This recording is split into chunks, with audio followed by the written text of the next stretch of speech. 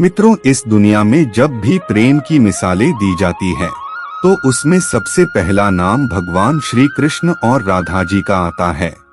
धार्मिक ग्रंथों के मुताबिक श्री कृष्ण को अपार प्रेम का प्रतीक माना जाता है और पुराणों के अनुसार ऐसा बताया जाता है कि श्री कृष्ण की 16,108 रानियां थीं, जिनमें से रुक्मणी और सत्यभामा उनकी सबसे मनपसंद रानियां थीं।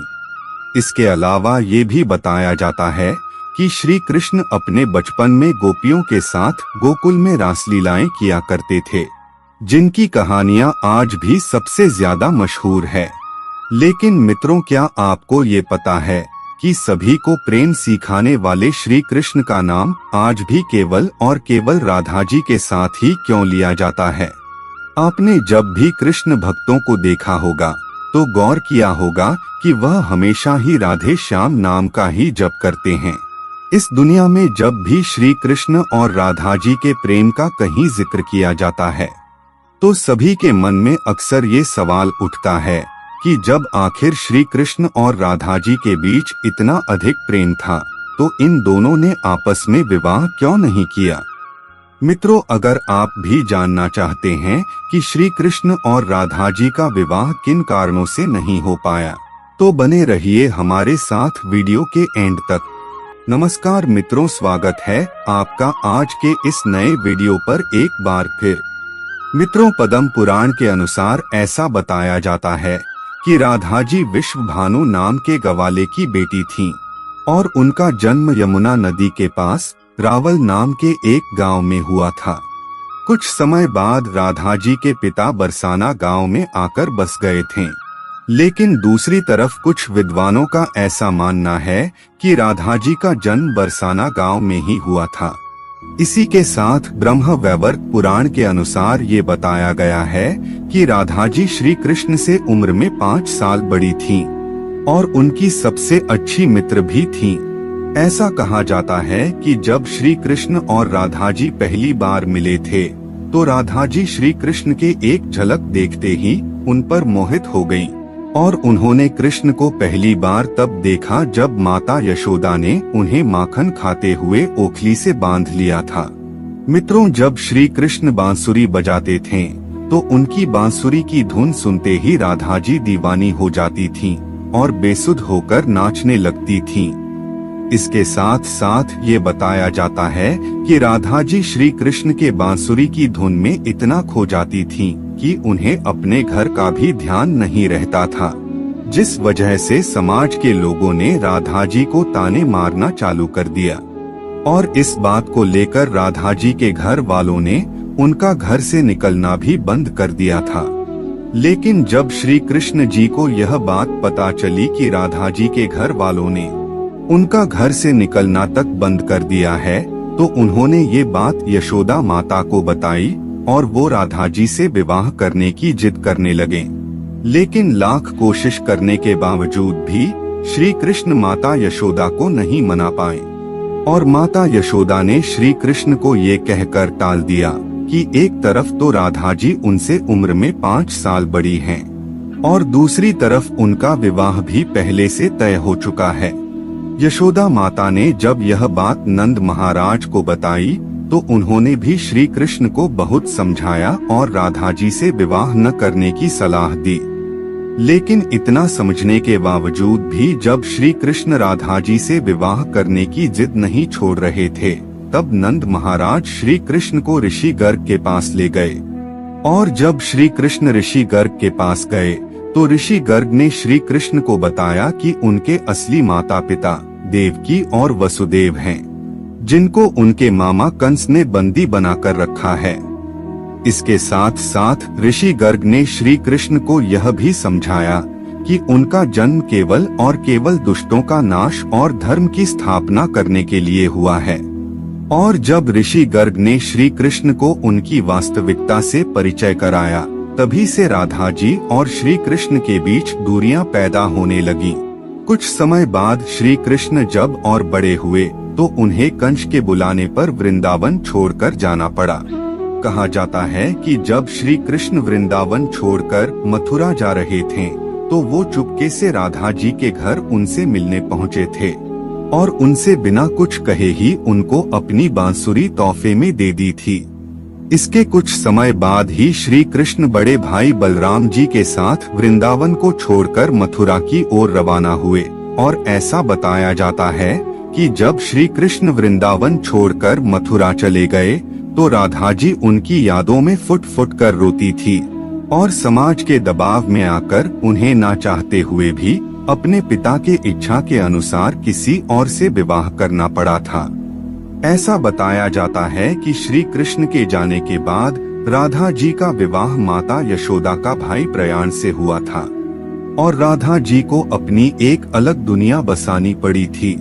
राधा जी का विवाह होने के बावजूद भी जब उन्हें श्री कृष्ण की याद आती थी तो वह अक्सर बांसुरी बजाकर उनकी यादों में लीन हो जाया करती थीं। वैसे मित्रों, श्री कृष्ण और राधा जी का विवाह न होने के पीछे दो कथाएं और भी प्रचलित हैं, जिसमें पहली कथा के अनुसार ये बताया जाता है कि ऋषि शुक्लाचार्य भगवान विष्णु से भी ज्यादा ज्ञानी थे, लेकिन इसके बावजूद भी देवराज इंद्र शुक्लाचार्य के बजाय भगवान विष्णु को अपना गुरु बना लिया था। जब शुक्लाचार्य ने ये सब अपनी आंखों से देखा तो उन्होंने इसे अपना अपमान समझकर असुरों को शिक्षा देना शुरू कर दी और उनके गुरु बन गए। असुरों का गुरु बनते ही शुक्लाचार्य ने देवराज इंद्र से अपने अपमान का बदला लेने की ठानी, लेकिन उनके सामने ये समस्या खड़ी थी कि ये देवताओं को तो तवामारता का वरदान मिला हुआ था, लेकिन राक्षसों को ऐसा कोई वरदान प्राप्त नहीं था। इसी वजह से राक्षस कभी भी देवता से नहीं जीत पाते थे। इस समस्या को सुलझाने के लिए असुर गुरु शुक्राचार्य ने भगवान शिव की घोर तपस्या की और उन्हें प्रसन्न किया। इसी के साथ साथ शुक्राचार्य ने भगवान शिव को ही अपना गुरु बना लिया। भगवान शिव को अपना गुरु बनाते ही शुक्राचार्य ने उनसे मृत संजीवनी वरदान पाने की सोची। मित्रों, आपको बता दें कि संजीवनी वरदान एक ऐसा वरदान है जिससे किसी भी मरे हुए इंसान को वापस जिंदा किया जा सकता है।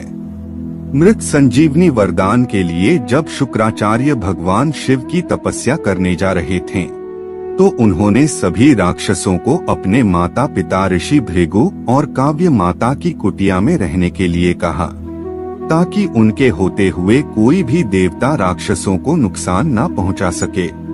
जब देवराज इंद्र को ये बात पता चली तो उन्होंने इस कुटिया पर हमला कर दिया और हमला होते ही काव्य माता ने अपनी शक्तियों से एक ऐसा कवच बनाया जिससे कि कोई भी देवता किसी राक्षस को नुकसान न पहुंचा सके और इस तरह से सभी देवता राक्षसों से हारने लगे। ये सब देखते हुए भगवान विष्णु ने देवताओं की मदद करने के लिए अपने सुदर्शन चक्र से काव्य माता का सर धड़ से अलग कर दिया। हालांकि ऋषि भृगु ने अपनी पत्नी यानी कि काव्यमती को कामधेनु गाय की मदद से वापस जिंदा तो कर लिया, लेकिन इसके साथ साथ उन्होंने भगवान विष्णु को ये श्राप दिया कि उन्हें इस धरती पर जन्म लेकर पत्नी वियोग सहना पड़ेगा।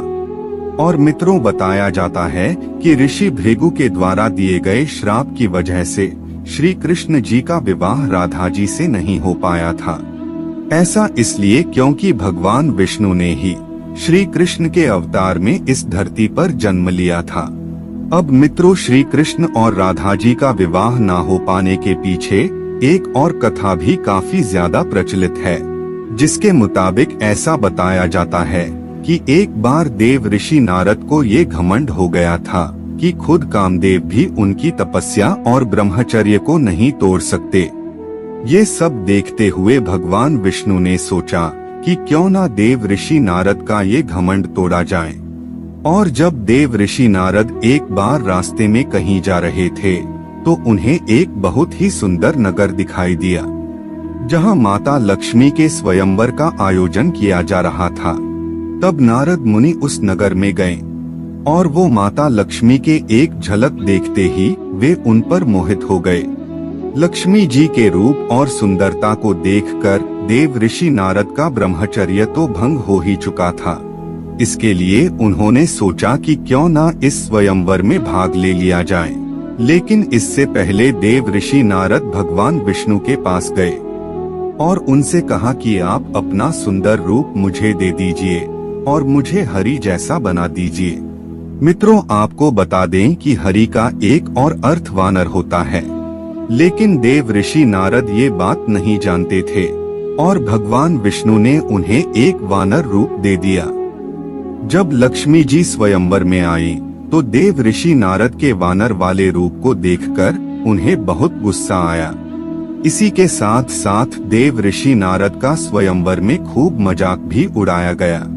उसी समय की बात है कि भगवान विष्णु भी एक राजा भेष रखकर उसी स्वयंवर में आ गए और भगवान विष्णु के सुंदर रूप को देखते ही लक्ष्मी जी ने उन्हें अपने पति के रूप में चुन लिया। ये सब देखकर स्वयंवर में बैठे सभी लोग देव ऋषि नारद की और भी ज्यादा हंसी उड़ाने लगे और उन्हें कहा कि पहले जाकर अपना रूप तो देखो। जब देव ऋषि नारद ने शीशे में जाकर अपना रूप देखा तो इन्हें अपना वानर वाला रूप देखकर बहुत गुस्सा आया।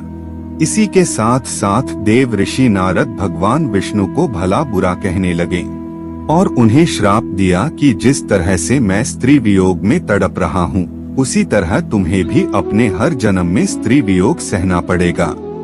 लेकिन इसके कुछ समय बाद नारद मुनि को अपने गलतियों का एहसास हुआ और उन्होंने भगवान विष्णु से इस बात के लिए क्षमा मांगी। इसके बाद भगवान विष्णु ने नारद मुनि को क्षमा करते हुए बताया कि ये सब तो उनकी ही माया थी। वैसे मित्रों, कमेंट करके बताइए कि आपको क्या लगता है, इनमें से किस श्राप के कारण श्री कृष्ण और राधा जी का विवाह नहीं हो पाया। फिलहाल आज के वीडियो में बस इतना ही। अब हमें इजाजत दें और वीडियो को अंत तक देखने के लिए आपका बहुत बहुत शुक्रिया।